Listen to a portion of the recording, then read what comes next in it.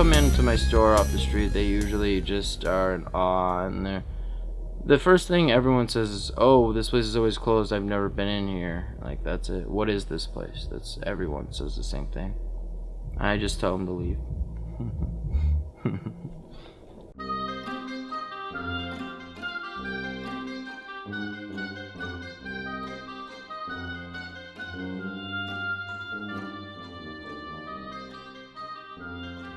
I have a little baggie from 21 Jump Street in here.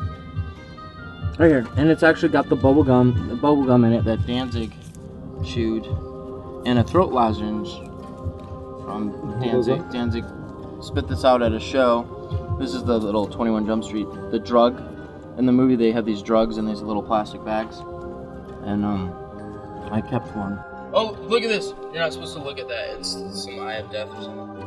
This one's the only one that means anything to me because it was signed by Richard Edlund, who I think has like 8 Academy Awards, more than anyone else. It's David Bowie's life cast. This is John Malkovich. Right here. It's a clay press. This is also Sigourney Weaver, clay press. I take an impression, make a mold, melt clay, paint it in there. And now I can take this and open their eyes sculpturally and then make another mold.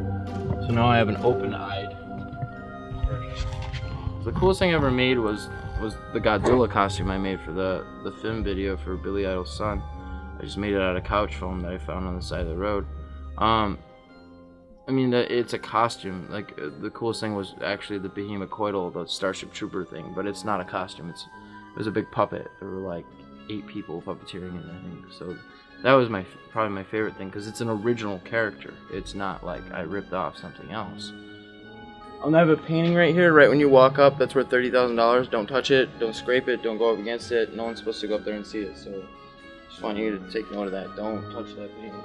Don't scrape it. Don't let him come up unless he knows. Can you show us the painting? Yeah, you can look at it and put it on the thing. It's kind of cool. Just get it sold for me. Yeah, this guy is worth so much money now. This Alec guy. I just really liked it, so I ripped it off the street one morning with like power tools, and I drug it. Like, he only does things on permanent fixtures. I literally had to rip the entire wall down. So like crazy like that. So I called around. No one will actually resell it because it's like, oh, there's too much of a liability and then it could be a knockoff. So I can just enjoy it for myself, I guess. But I'd love to sell it and finance my life. Alec Monopoly.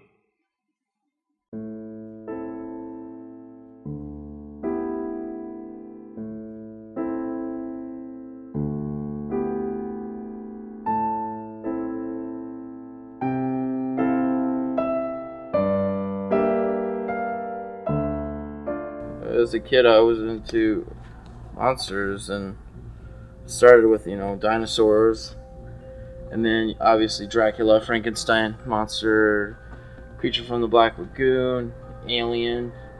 Yeah, actually, as a young kid, my mom played Dark Crystal for me, so that's kind of something, how it started. My first horror movie, first thing at 5, my mom rented Critters, and so I love the Critters movies. Yeah, the Muppets. Just wanted to make puppets, monsters, and make miniatures, and do effects, and make costumes. And that's what I do now. I found out who Dick Smith was, and I started calling him up. I emailed him and got his number, and started calling him, and started doing sculptures, corresponding with him, and then making multi-piece makeup appliances. And then I ended up, my parents sent me to school, and they paid for all that right before they got divorced. All their money went into my schooling, and then they had nothing after that, so that's why they can't really help me out. I made the body parts and recast the important parts from a costume from Aliens. How long did it take you to make it? Originally it took me like 2 months to get all the molds made and get it all done, but it's a turnaround of like 4 to 5 days, I think. I go to shows and parties in costumes.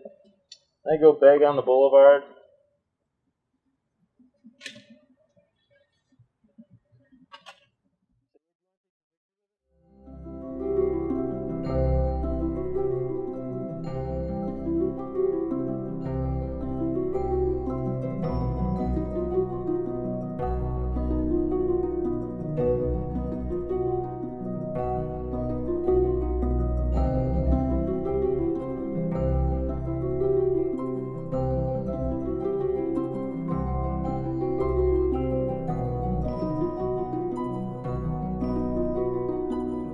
comfortable, as uncomfortable as it is being in the costume. I feel like you can see my emotion through it. That's why I thought I'm really disappointed about this whole Jim Henson thing. I really wanted to be on this TV show where all these struggling puppet makers make puppets to compete for a job to work for the Jim Henson Company. You know, it's too in the judge's face. I brought a little Yoda puppet with a joint in his mouth, and they asked about it, so I blew fog at their faces. We have someone from Sci-Fi, someone from Jim Henson, you know, these people representing Face Off. Do you think you're still going to get a breakthrough somewhere? No, never. I'm actually going to die of a drug overdose pretty soon, hopefully. Are you a good person? Am I a good person? And, you know, I don't think I am, but I've asked people, and I'm told that I am. You know, it's just, you know, I only do things to hurt myself and not others. And as much as I try to get people to become part of my world, people can't be moved. You can't force anyone to do anything. All I can do is lash out and be creative, and people will take notice of me, because no one really wants to spend the rest of their life with me. I've noticed. I've come to terms with that. Are you afraid of anything? Just dying, because I don't understand it, and I'm told there's a hell, so that's the scariest thing. And I don't think anyone deserves that. I mean, certainly people can say, you know, people that raped people, killed people. Like, I understand that, but, you know, it's... Look at God, you know, like, we have to kill things to survive, like innocent animals that are cute, and then we have to rip their faces off and skin them and fry them and cook them, and so it's like, you know, whoa.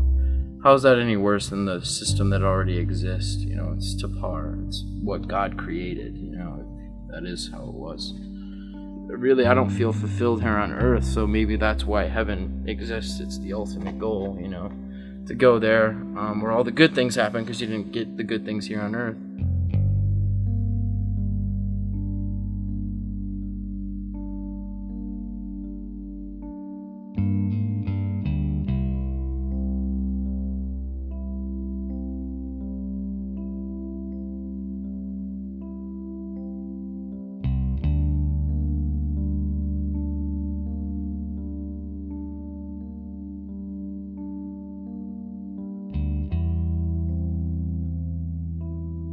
I'm very happy with who I am. I'm just not happy with life, I mean, I love my situation where I live and everything, but I'm just not happy. Maybe just generally as a human. Like, I'm very blessed and fortunate, and I've been around people that are noteworthy, and it makes me feel special and worth something, but I really just want to find love.